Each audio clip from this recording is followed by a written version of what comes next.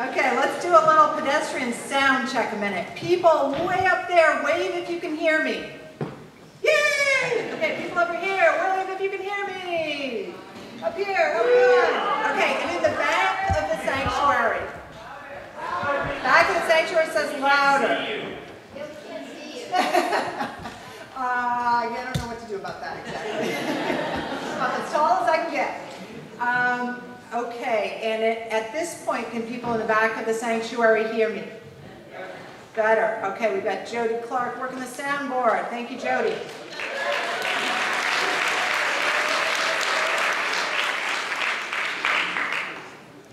Welcome, everyone, to an extraordinary event.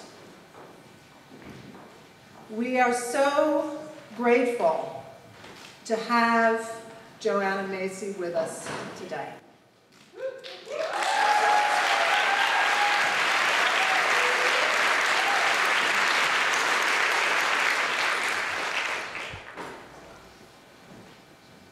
My name is Kate Jellema, and I'm the director of our graduate and professional studies at Marlboro College. And I would like to invite us to begin this extraordinary evening together by coming fully present into this room. Joanna has traveled far and wide to be with us today, and you have all traveled from all points of the state and beyond to be with us tonight. One of the things that Joanna teaches us is about the quality of our presence. So I want to invite you to now fully engage with this here and this now by sharing with us a moment of silence. So I want to invite you to take 1 minute of silence and presency.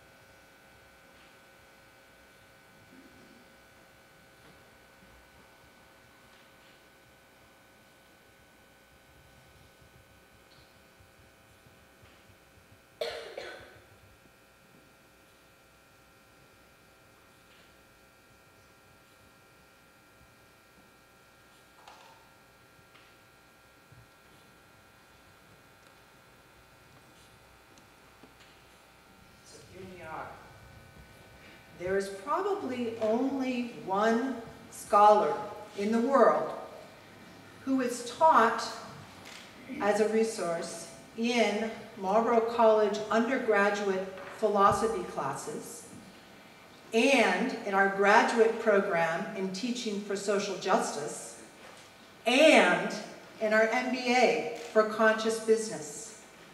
And that scholar is Joanna Macy. She teaches us to employ our intellect to grapple with complexity, but at the same time, to not lose sight of a process of active hope whereby we take our understanding and translate that into activism. So it's a perfect framing for Marlboro and our graduate programs where we try to marry idealism and pragmatism. There are many people who were involved in making this event happen tonight, and it is my happy responsibility to give a shout out. I want to start by thanking Kevin Quigley and Marlboro College. Kevin, I know you're here somewhere. Yay, Kevin in the back, president of Marlboro College. Thank you so much for your early support of this undertaking. Several businesses and individuals donated products for the reception. We got so many warm yeses from such a wonderful array of our local businesses. Albert's Organics, Benny's Bread, Brattleboro Co-op, Cabot Creamery, Green Mountain Orchards, High Meadows Farm, Orchard Hill Breadworks, Pesto Changeo, Putney Co-op, the Bread Shed, and Walnut Ridge Farm. All of these donations came together because of the great organizational and compassionate work of a team of people led by Marlboro MBA student Jeanette Pfeiffer. And I'd like to ask Jeanette to stand.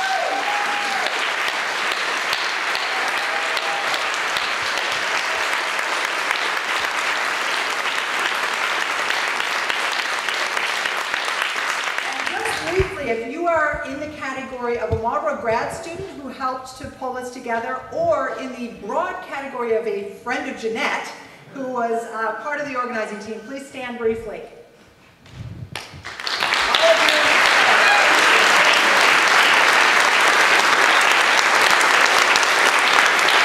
Thank you very much. So, a very heartfelt thanks to William and Shearston Edelglass. William and Shearston, I think many of you in this room know as wonderful members of our community. Faculty at Marlboro. William teaches in the philosophy department. And Shearston, who has been involved in the community in so many rich ways. William and Shearston are the thread that connects our communities here in southern Vermont with Joanna. And it is due to their loving connection and long, deep connection with Joanna that she's here with us today. I'm going to introduce Shearston a bit more thoroughly in a moment, but if I could ask both of you to just stand up and be recognized for your commitment.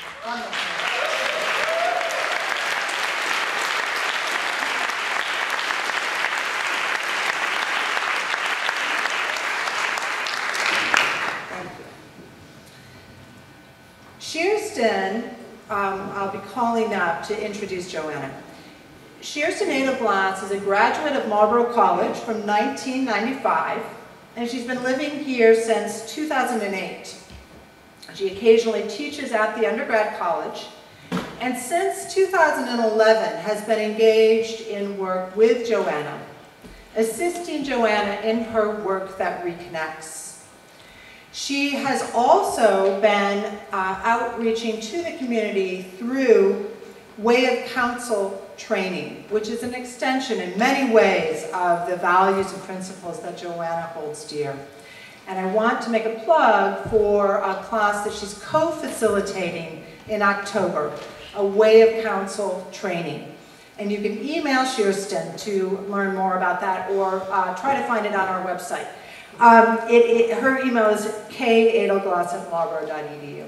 This is a wonderful training over 2 days in October that Shearston will be co-facilitating. So with that, Shearston, I am so pleased to call you up to introduce us to Joanna. Shearston Edelglass.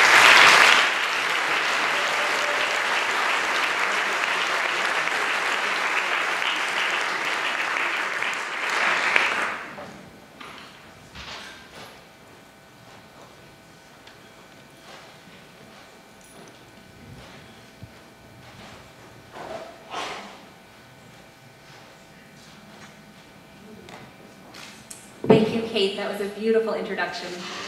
Can everybody hear me? So it is a great joy to introduce a beloved teacher to my home community. Thank you all for coming tonight. Joanna Macy, as you've heard, is a scholar of Buddhism, general systems theory, and deep ecology. Her life has spanned a period of enormous change. Born in 1929, she remembers well the day the first atomic bomb was dropped on Hiroshima. Her life has also landed her in all over the world, many countries and cultures, Tibetan communities in India, Sri Lanka, Africa, Europe, and many regions of North America.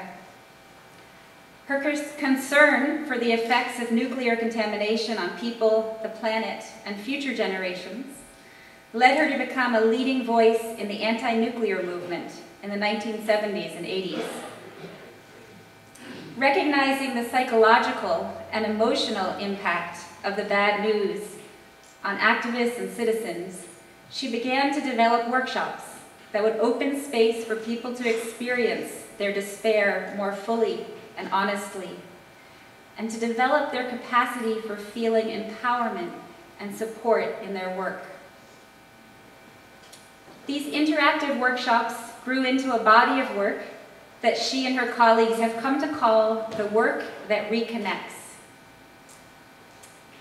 As a teacher, scholar, and writer, Joanna has come to be a respected voice around the world in the movements for peace, justice, and preserving planetary life for future generations. I first met Joanna Macy 16 years ago as a student in one of her Work That Reconnects intensives in the Santa Cruz Mountains. It's possible that she saved my life. I was 28 years old at the time and had been suffering from a deep and growing grief since I was a child. The delight and sense of belonging I had felt in the wild forests around my home evolved in my early adolescence into a passion for saving what I loved. Rachel Carson was my hero. But as I studied the environmental crisis in high school and then at Marlboro College, the reality of its scope and complexity and speed was more than my heart could bear. I would sit in class and try to remain calm as the statistics came at me. The number of acres of rainforest being lost every minute. The numbers of tons of high-level radioactive waste looking for a permanent home. The number of plant and animal species we would lose to extinction within the year. After class, I would seek refuge alone in the woods and weep. I wondered if I had what it took to devote my life to environmental work. I did become an environmental educator and wilderness guide, but the despair and grief never left. Her writing had comforted me for years, but when I finally met Joanna, I realized that I had found a mentor and friend who really understood the depth of my suffering. Someone who could help me be with my pain in a new way, to see what was happening to the world with fresh eyes, and to connect with my courage to act on behalf of all beings with whom I share this magnificent web of life. Her work with Deep Time was perhaps the most impactful for me, recognizing my place in the river of life and drawing strength from my ancestors and listening for guidance from the people and living ones who will live on earth after I am gone. So that 2-week training in the Work That Reconnects has led to a whole unfolding of my biography, many times of bringing the work into the classroom at Colby College and Lesley University and other places, and leading workshops in various places, but mostly I am grateful for the opportunity to teach beside Joanna in these last 4 times she has come to the Northeast to lead intensives. And every time, we just finished an 8-day training yesterday, I leave with my heart so expanded and my sense of connection to every human being and all life so strong. So I want to put a tiny plug in for another opportunity to do the Work That Reconnects at Manitou, a local preserve here in Williamsville. And it happens on Sunday, October 9th. And I know Fred Taylor and Mary Stowe are the facilitators, and you can learn more on the Manitou website. So, Joanna Macy is an amazing human being in so many ways, but she's also full of spunk and vigor, and you will not be bored for 1 minute of this talk, I promise. Thank you so much, and I want to welcome Joanna to the podium.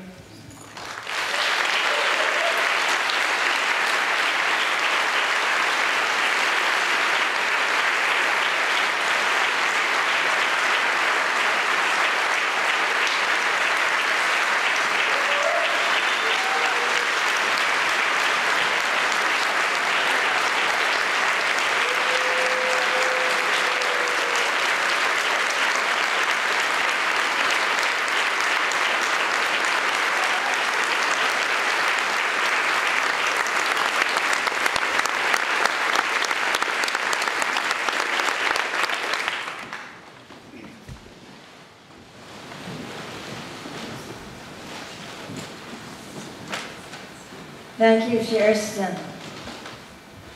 Thank you, Kate.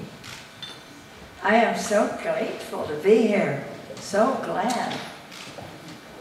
The times that I teach with Kirsten are so wonderful, as those of you who've been there, and I know there are a few here, know very well.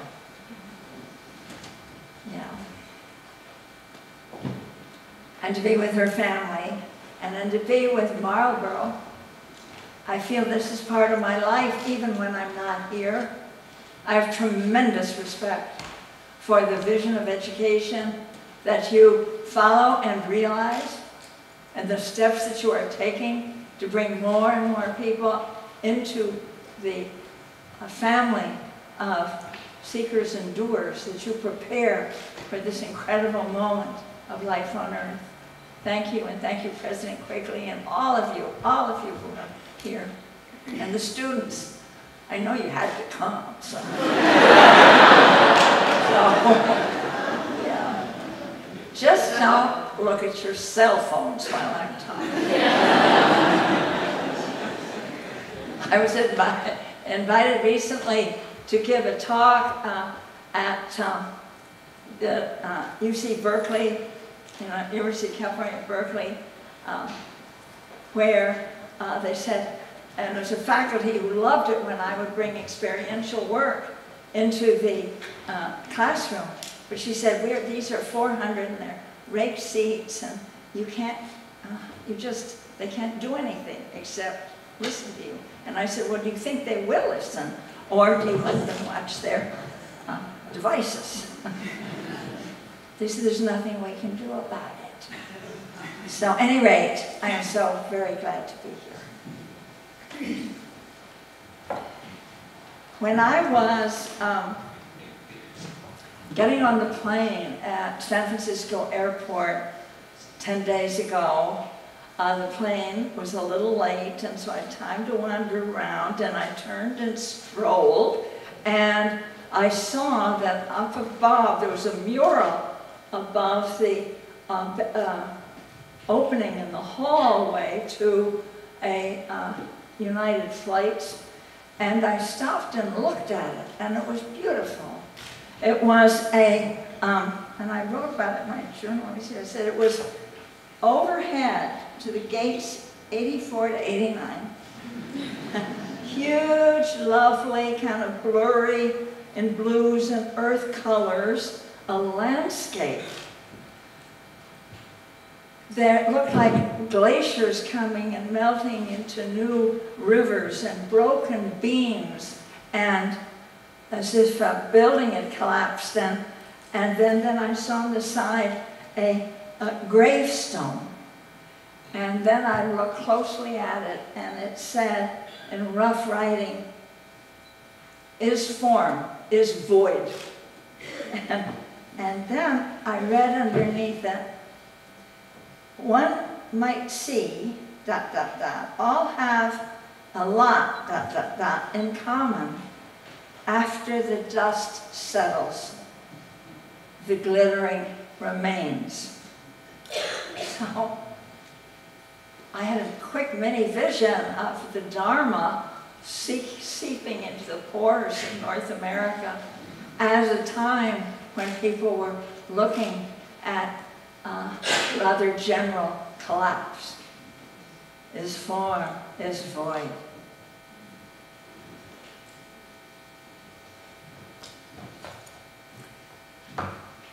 Learning anything or teaching anything for that matter, and there's kind of the same in my experience, requires appetite and attention.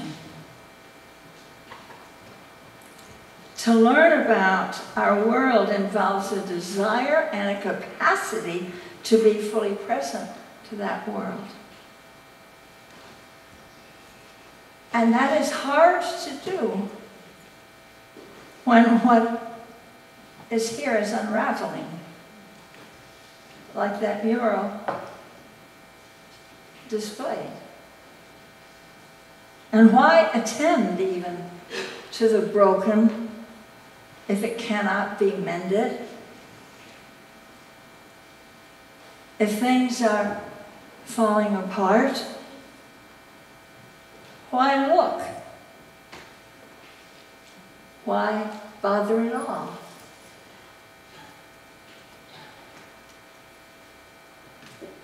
That question arose for me 40 years ago, when, after a rather full life already of government service, childbearing, family making, civil rights actions and environmental work, and some 10 years living overseas, I had answered a call that I felt deep within me to prepare myself to teach. I realized that's what I really want to teach in higher education. And so I proceeded to give myself to that. But at the end of that, and having my doctorate, something collapsed. The questions that I just asked, why it's all falling apart anyway, that came very suddenly. I had gone with my teenage children, and the middle one was already in college in Boston, and we went to a day-long symposium of the Cousteau Society. This was 1977. And there were panels and displays and booths of every kind on every issue that you could ask. There was one on oil spills, one on leaking nuclear reactors, there was one on pesticides, there was one on land grabs from indigenous people, there was one on clear cutting, of course, and burning of the rainforest, etc., etc. And what caused me to lose it was nothing that I learned from those, because I knew all about it. I had that information with the groups I've been working with in the Syracuse Peace Council and the environmental groups that I had been busy with all along. I knew that. What did it was that in my fatigue, at the end of the day, I just sat down, but I sat down within eyeshot of a booth that no one was in there anymore. It was the end of the day, and there was a film playing over and over and over, like it was repeating, and it was focused on a very effective, almost handsome-looking man. He looked like a Marlboro cowboy hat, and his very methodically and calmly clubbing a baby seal. And you have to be very careful the way you do it, because you don't want to pop the eyes or cause bleeding to show on the outside of the head or the body, because that mars the value of the fur. And so he would pause again and take a cigarette and then look around. And I was so amazed that somewhere, if the camera was filming this, the camera person must have been within sight, or maybe didn't mind being seen so diligently and professionally almost at work. But it was watching that kind of the fatigue that I was feeling that let all the other data that I had been keeping safely lodged up in my neocortex up here. That's the way it felt. I was up here, and I knew I could discuss it. I could debate all the ways that we were failing our world in the collapse after collapse. But all of a sudden, it poured down through my body till there was nothing but that sense of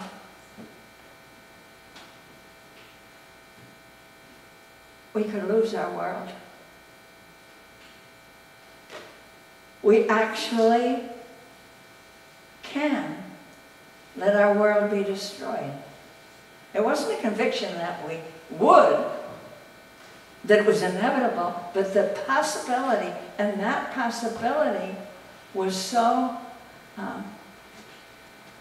overwhelming that I was never the same. And so for the next, and I was just counting as this is my companion piece to what you so beautifully shared, Kirsten. But I was in my 40s and you were just a kid in the woods. And it's also what is being felt and known by many of you sitting right here.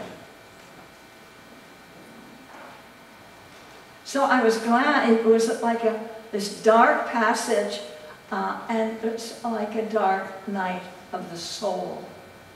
And I was glad that it happened before I began my graduate doctoral work, which was fascinating. I was exhilarated by this fact to work, to see how, coming from such different times and places, these two bodies of thought, the early Buddhist teachings and the systems view coming in mid-20th century out of the biology and the life sciences, to see how they amplified each other, how they served as, well, the phrase that I use, if you'll forgive, is mutual hermeneutic.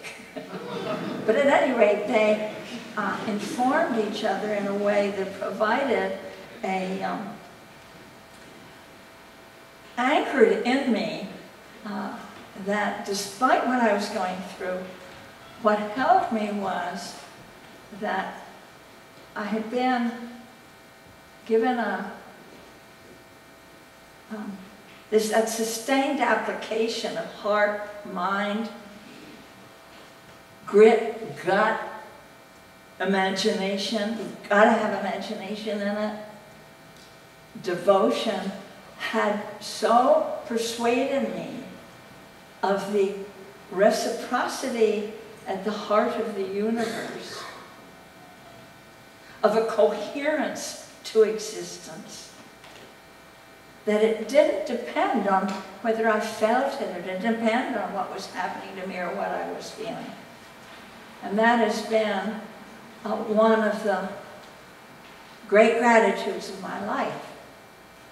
So I bow to all of you who are walking your paths of scholarship. And may you be blessed to find anchors and perspectives that will give you sturdiness no matter what you're feeling. There's not depending on whether you say, oh no, everything's just wonderful. There's just as solid for you as when everything is falling away in your experience. So the anguish I felt then, and I've rarely given a talk where I have dwelt on this, but as I come near the end of my teaching career, I want to honor that period of when you really lose it and when you, the grief that is there, just as Kirsten honored it. And to do that, I want to read a poem from Rainer Maria Rilke. And this was written in the early 1900s. This German lyrical poet has accompanied me the whole way. And those who have done workshops and trainings and classes with me, forgive me for this, that they can't get through an hour without Rilke peering in through the window. No, I'm exaggerating, but exaggerations are. So, when I read this, I knew this is what I was going through. Because he was praying to a God, he was trying to hang on in this sense of this, what's happening to his world. A God he no longer believes in. I'm praying again, awesome one. You hear me again as words from the depths of me rush toward you in the wind. I've been scattered in pieces, torn by conflict, mocked by laughter, washed down in drink. In alleyways, I sweep myself up out of garbage and broken glass. With my half mouth, I stammer you who are eternal in your symmetry. I lift to you my half hands in wordless beseeching, that I may find again the eyes with which I once beheld you. I am a house gutted by fire, where only the guilty sometimes sleep before the punishment that devours them hounds them out into the open. I am a city by the sea, sinking into a toxic tide.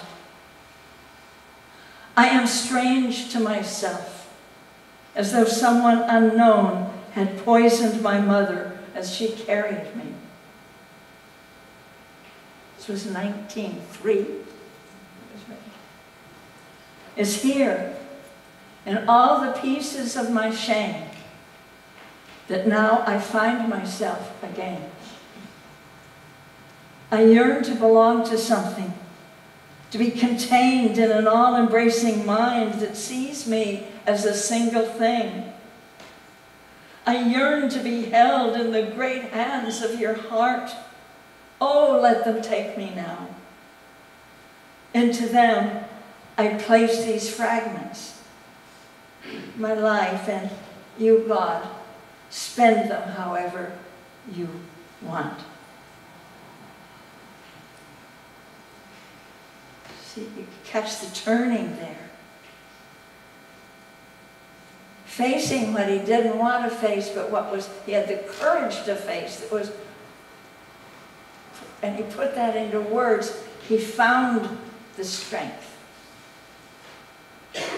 And in the next one, he continues along that same line.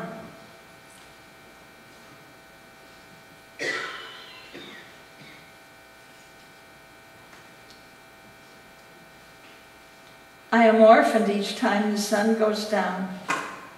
I can feel cast out from everything, and even churches look like prisons.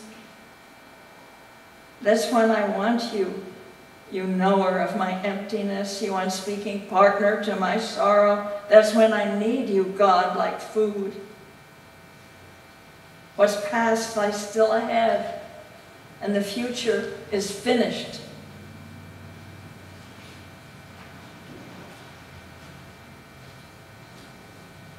Whom should I turn to, if not the one whose darkness is darker than night? The only one who keeps vigil with no candle and is not afraid.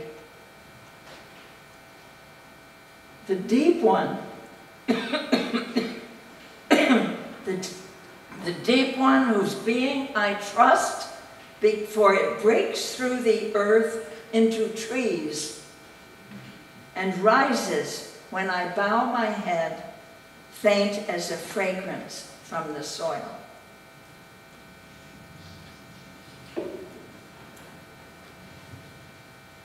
He dares to let go of the false optimism and pretensions of our human culture, our industrial growth, society's might. And seeing through it, he finds the sacredness and of the living earth. So I could sum up, I'm reading this because this is what happens for me and for people who, many who work with me and who dare to be honest, speak honestly even to themselves about what they feel about what is happening to our world.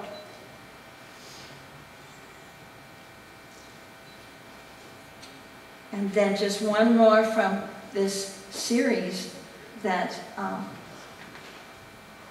and he's talking not just to be, God has become one with the living earth.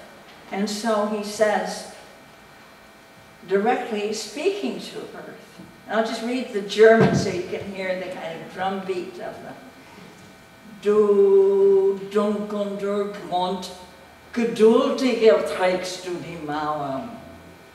Dear darkening ground, you've endured so patiently the walls we've built.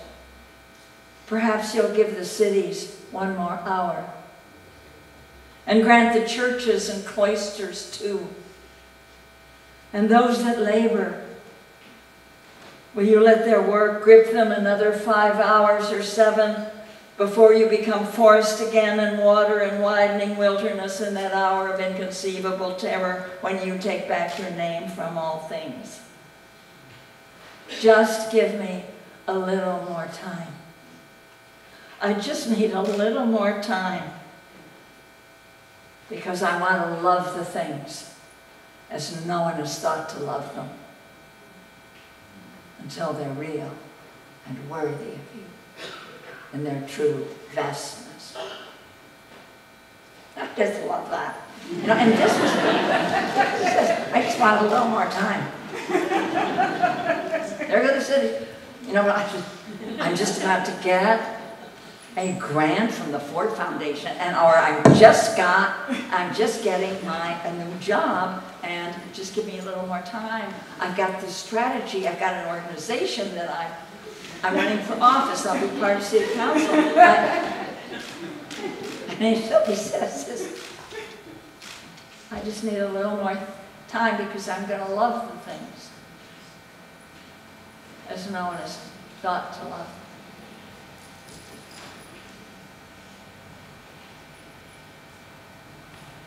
And you know very well that there are things that you love probably better than anybody else. There are things that you know how to see, that you know how to appreciate, that you can take into your attention.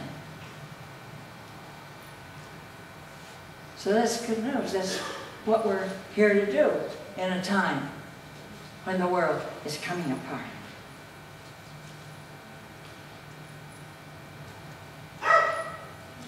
That's right. Right. So as I went through this and felt for a while, as many of you do, that I was afraid to talk about it. I didn't want to distress my family. And not sure that anybody else really could understand.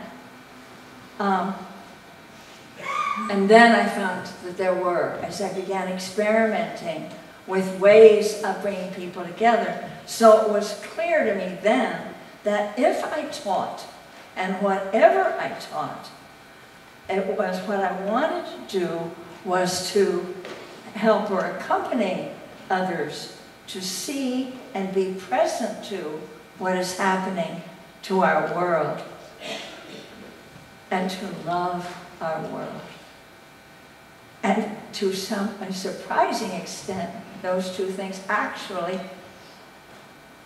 happen together, to really see to take off the blinders, to see with your broken heart what's happening to the world, even that very methodically skilled clubbing of the baby seal. It wasn't just that I was so stuck on baby seals, but it was just the workmanlike way we do our job in every way that our world is coming apart at the seams. It's because we're faithfully following some kind of orders, right? That we're fulfilling our role in the industrial growth society and late-stage capitalism. So for a decade, I stayed away from academic teaching and worked experimentally with groups and interactively in this time and this work that because we need each other. And that was a great discoveries just started coming. Discoveries that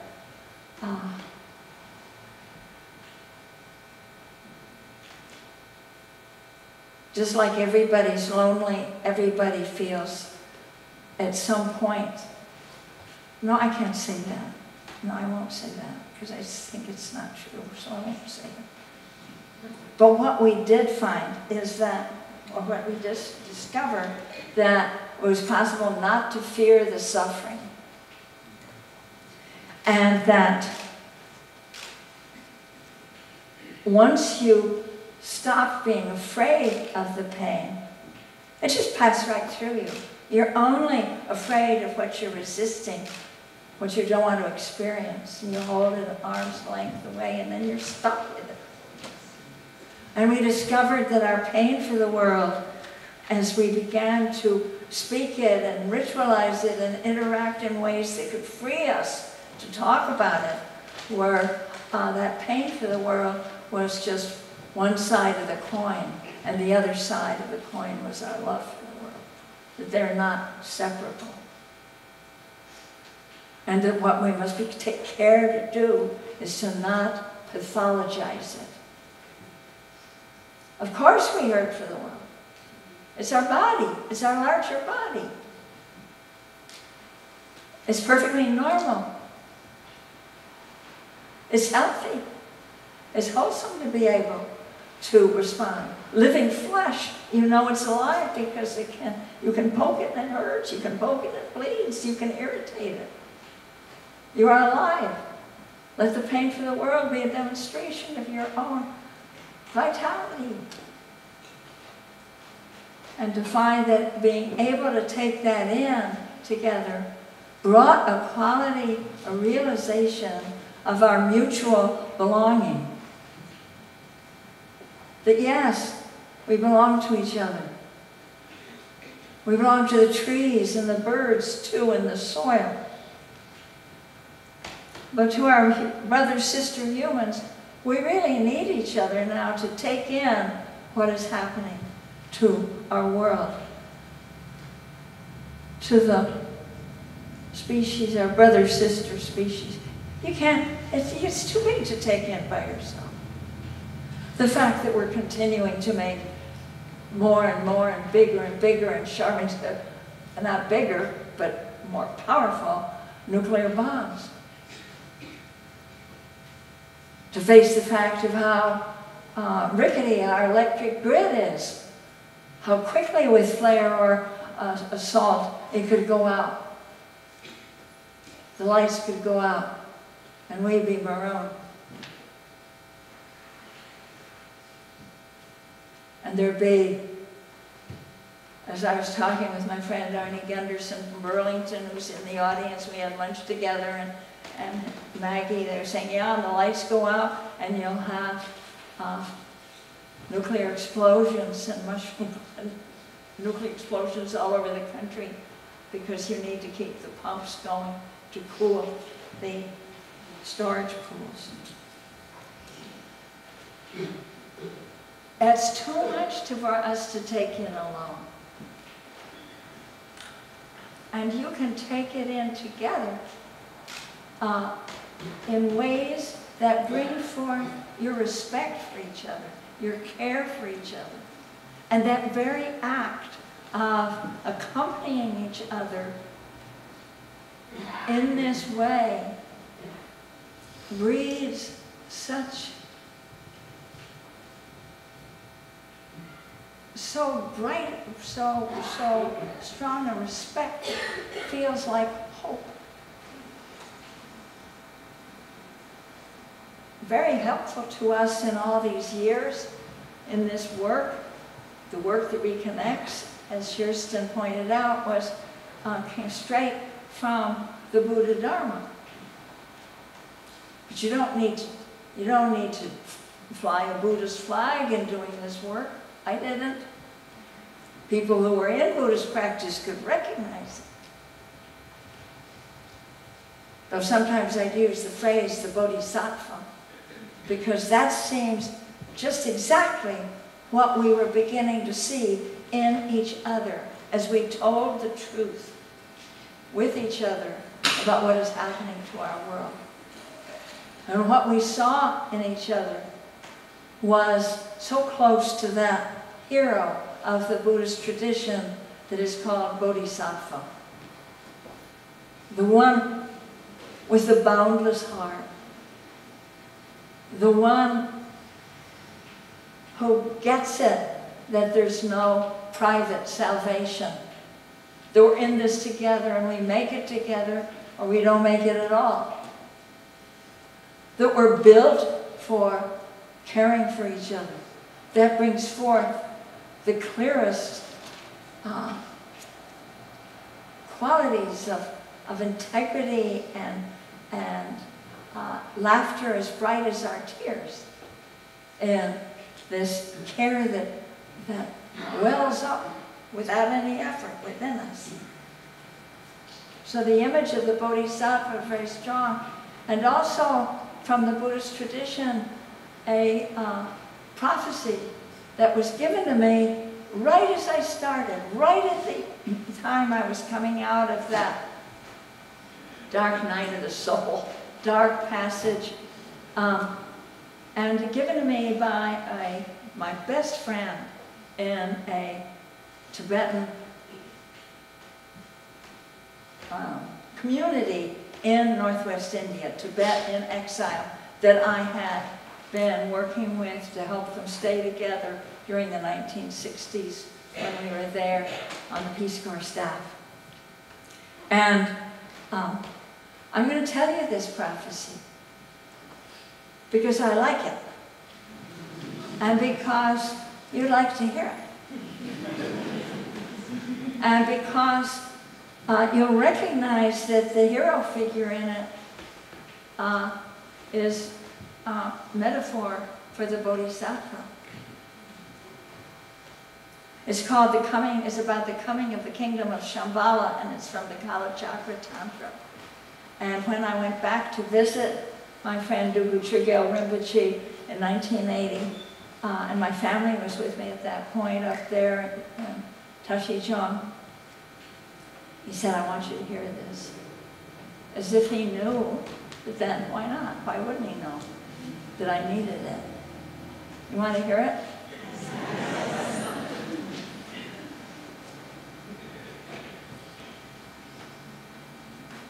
So this is what I heard.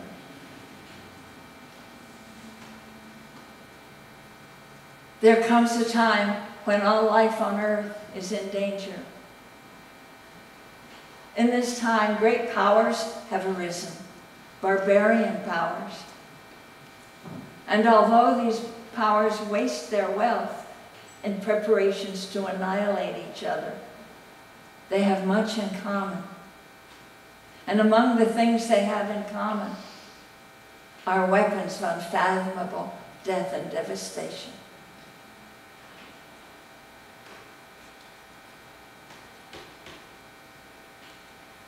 And it is just at this time, when the future of all beings hangs by the frailest of threads, that the kingdom of Shambhala emerges. Now you can't go there because it's not a place. It exists in the hearts and minds of the Shambhala warriors. And actually, you can't tell a Shambhala warrior by looking at her or him, because there are no uniforms, no insignia, no barricades on which to climb to threaten the enemy or behind which you can rest and regroup. There's not even any of your home turf, because always you have to negotiate your way across the terrain of the barbarian powers. And it said, it's just at this point, he said, that great courage is required of the Shambhala warriors. Physical courage and moral courage, because they're going to go right into the heart of the barbarian power to dismantle the weapons.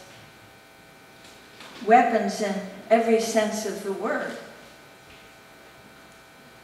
They're going to go to where the armaments are manufactured and deployed.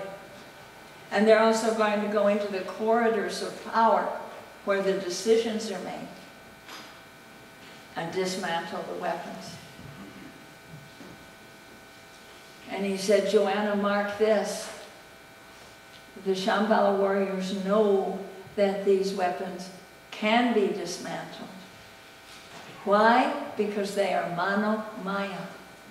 They are mind-made. They are made by the human mind. They can be unmade by the human mind. Because the dangers, you know, that are visited upon us, he said, do not come from some satanic deity or an evil extraterrestrial power, but out of our lives, our habits, our choices, our relationships. And so he said, now is the time when Shambhala warriors go into work, go into training, rather. I said, how do they train? And he said, they train in the use of 2 weapons. What are they? I asked. And he held up his hands the way the lamas of his community hold the ritual objects in the great lama dances of his people. And he said, one is compassion, and the other is insight into the radical interdependence of all phenomena. And you need both. The wisdom and the compassion. You need the compassion because it moves you out where you need to go to do what you need to do. And what it boils down to is not being afraid of the suffering of your world. And when you're not afraid of that suffering, you can go right out there. Nothing will stop you. But he said, that weapon, that implement is hot, very hot. It can burn you out. So that's why you need that other tool or weapon. You need that wisdom, that insight of the co-arising of all things. And then you know that this is not a war between the good guys and the bad guys, but that the line between good and evil runs through the landscape of every human heart. And that we're so interwoven in the fabric of existence that even the smallest act with clear intention has repercussions that ripple out through the fabric of existence, the web of life, in ways you cannot even trace. But that can be a little abstract, he says, can't it? It's just a little cool. So you need the heat of the compassion. And together, they work.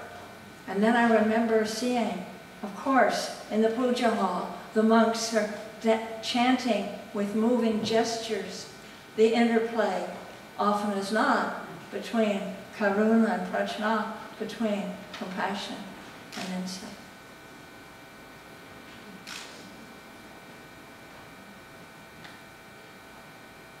So that was it. That was the marching orders. That very day later, I told my family, ran down the hill to tell them. I said, you won't believe what I just heard. And I he didn't tell him. And my son Jack listened. He was in college then. He was with us, and he said, "But Mom, didn't he tell you how it's going to turn out?" I'm glad you laughed. And I laughed too. And I said, "Honey, if Chuja Rinpoche had tried to tell me how this is going to turn out, I would have believed none of it. And don't you believe anyone who tells you, thinks they know how this is going to turn out. No matter how bleak it is, or no matter how cheerful you feel, you don't know. And it is that not knowing, like a razor's edge you walk along, that not knowing that can keep you bring forth your courage and your creativity in ways that would not be possible if you're just going to be all right. Everything's going to be all right, or it's too late. Neither of those bring you into presence like this radical uncertainty. It depends on us here at every moment. Or at least it rivets our attention this moment, which is the moment of our choice.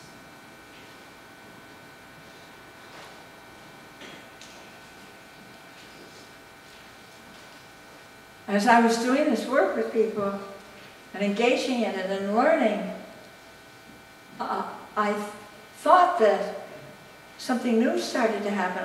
I had expected that when people were unafraid to be with the pain in the world and could see how it could bring forth their openness and their energy, that we'd be effective agents of social change. And I thought that's what I was after, or what. But then something else happened. Something more began to make itself. Something beyond the solidarity and the laughter and the mutual belonging and the freed up mind and the conniving and the planning and plotting, saying more than that. There were some things that I thought, what is this? I'm experiencing that there's a kind of shift in identity happening. That people began speaking in the work and after it,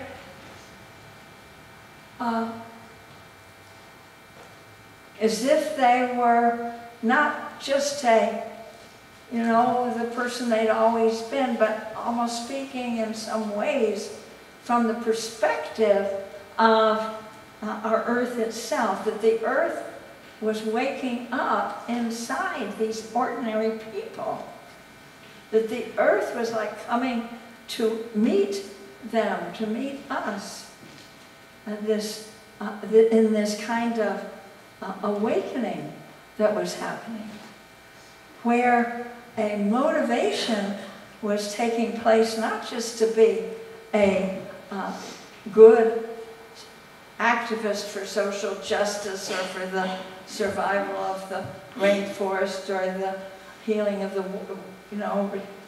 cleansing of the waters, but that there was a long-term shift in self-interest and again, there was only a Buddhist word that I could find to reflect what I was sensing. And that word was bodhicitta.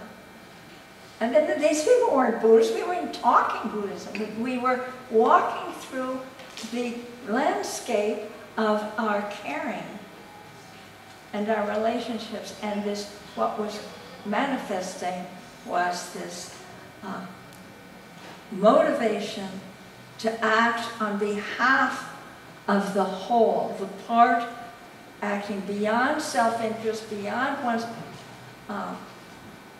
the self-interest of clan or family or nation, or even species, but for the whole. And then I found, of course, in Buddhism, that took me a lot of words just then, but in Buddhism there's just one word for that, bodhicitta. That motivation to care for the whole. And I found I didn't need to even turn to Buddhist terms anymore when, in the middle 80s, I encountered deep ecology, first through the writings of Norwegian philosopher Arne Næss, and also the wonderful Norwegian activist Sigmund Kvaløy, a great influence on me. And we were invited, and through my colleague down under, John Seed, who challenged me, how can we take the work that reconnects and move it even farther away from, to help cure us from, help release us from the anthropocentrism to which our culture has been shackled by for centuries. And so the work began with develop Council of All Beings. How many of you have done a Council of All Beings here? Yeah. And many other ways where we speak on behalf of another life form and experience that life moving through us beyond reference to our particular station and role in life. In the same as you heard Kirsten speak of the deep time work that has been for the last, most of the time now. I keep saying that it's the cutting edge, but it's been there for so long as we see that what is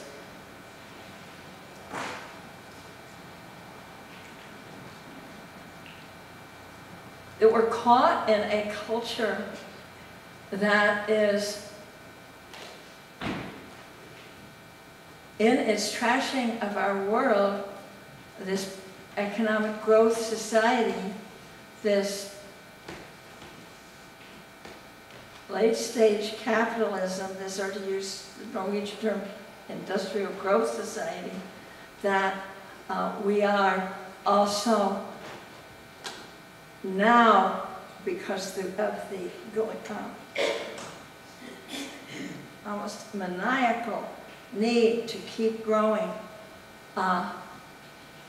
undertaking programs and actions whose consequences last forever, whose disastrousness, whose toxins last forever, that we can never undo. In other words, we've reached a point in human evolution that at this point in history where we're capable, where our karma lasts forever.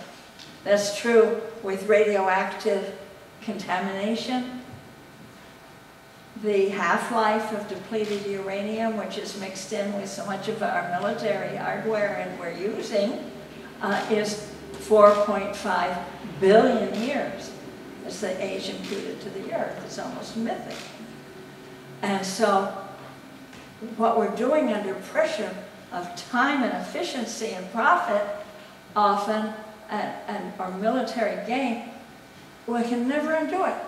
And that's true, isn't it, of fracking? The chemicals we put pump into the fresh waters, the remaining fresh waters, are here forever. You can't take them out. That's true of genetic modification too. You can't unscramble the DNA. And what's really quite wonderful is that it brings the past and future ones right here. And as Rosalie Bertel says, a teacher of mine, great radiologist, everyone who will ever live is here now. Everyone who will ever live on earth is here now. Where? In our ovaries and in our gonads and in our DNA.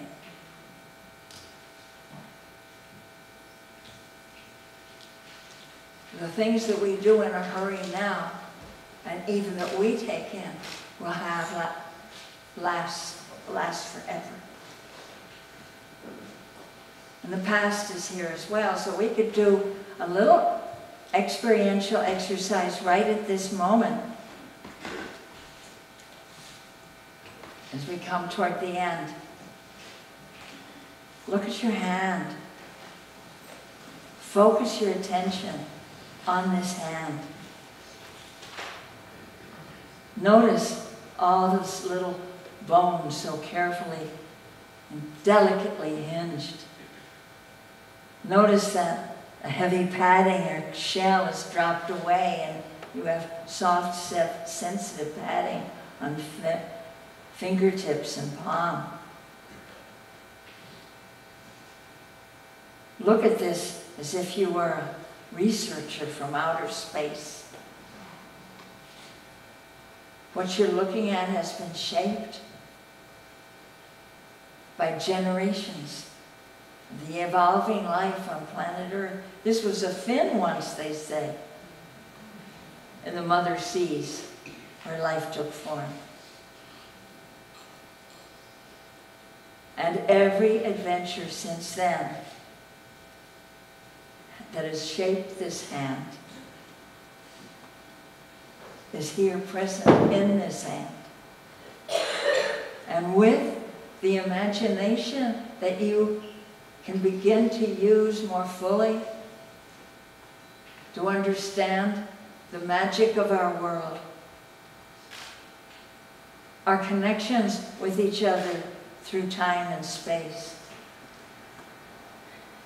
we can see that in something as ordinary as this human hand is the history of our own people too, after in our species of life as we crawled up on the dry land, learned to reach for branches, see how that opposable thumb, see that, how it can, there's that same size as just the right opening for a branch strong enough to hold your weight, thanks to grandmother monkey. Every chapter.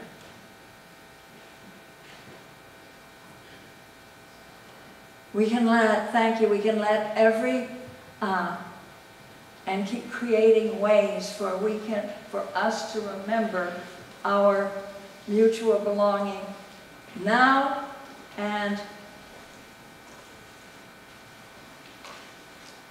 through time. So when I've dwelled on what we've been doing in the workshops and intensives, in the classroom, teaching today, we blend the practices, when they're ready and when they're useful, with intellectually, cognitively, three stresses. One, a big stress on choice. We are able to choose. And there again, we can use particularly the teachings of Buddhism and systems theory, that the locus of the self, if you want to find it, if you want to find out who you are, is in the act of choice making. That is an incredible gift. That is why a human life is seen by the Tibetans as rare and precious, because you can change the karma. So we look at that, and then we look at, you can even choose the way you're looking at our world. You can choose the story you get behind. And there are three main stories, versions of reality now. There's the business as usual, and that's where you hear from most people, most voices, in government and out of the politicians and the military leaders, the corporation heads, and the media. That's the story. the Industrial Growth Society, grow our economy. So there's that, you could choose that. But there's two other stories. And the next is the story of those that you hear from the scientists who haven't been bought, and the journalists who are still independent, and from the activists who see the cost of the Industrial Growth Society. And they see the unraveling and the destruction that is accelerating. And that is hitting me and many of us in our dark night of the soul. But there's a third story. And it's this story that follows almost naturally from the commitment that arises when we find that our pain for the world is indicative of when we really face it and are unafraid of it, of our love for the world. Our love for the world is generating a new story, and it's happening around the world. There's a revolution taking place. In our work, we call it the Great Turning, but it's to a life-sustaining culture, life-sustaining society. And it's happening in so many areas, and everyone in this building right now is involved in that too. Involved in both the holding actions that slow down the destruction and involved in the building new ways and new structures, new ways and old ways of doing things, of holding the land, of growing the food, of settling disputes, of measuring prosperity, of teaching, of healing. And the third dimension, that shift of consciousness, where we realize through revolutions in both science and spirituality, we're remembering again, and it's high time, that the earth is alive. It's not a supply house and a sewer. It's a living system. And it's coming to meet us. We can feel that. So all of that can't be this. There's so much that can be brought into the assignments and the reading and the discussions in the classroom. So, you know all this. So let me just wind up these remarks with, again, a sonnet from Rilke. My co-translator and I were working on this when the United States, under George W. Bush, was invading Iraq in 2003. Our U.S. sending our troops in and our huge machinery and shock and awe. And our spirits were low. And working on this poem was a blessing.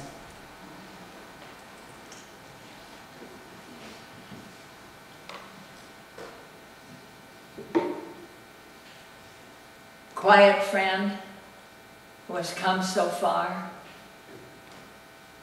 feel how your breathing makes more space around you. Let this darkness be a bell tower, and you the bell. And as you ring, what batters you becomes your strength.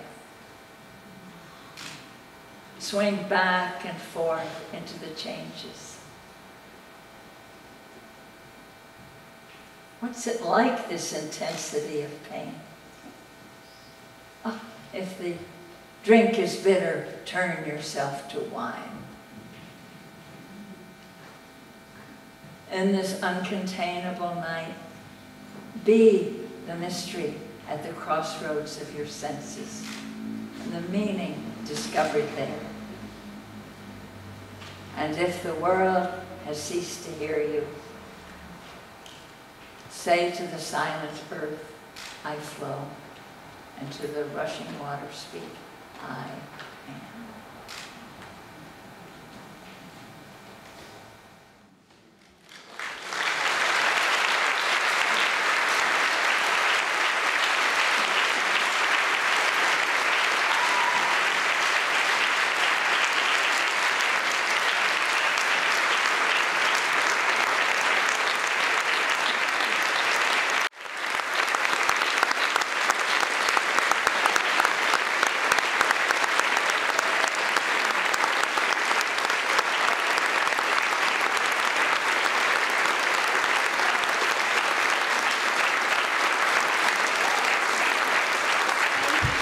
It is very impressive to see such a huge crowd tonight. Thank you so much for coming. And I wanted to just say the formal program tonight is over, and we'll give some minutes, 5 minutes or so, for people to filter out, and then Joanna is happy to sit and have a less formal conversation with those who have reflections or questions.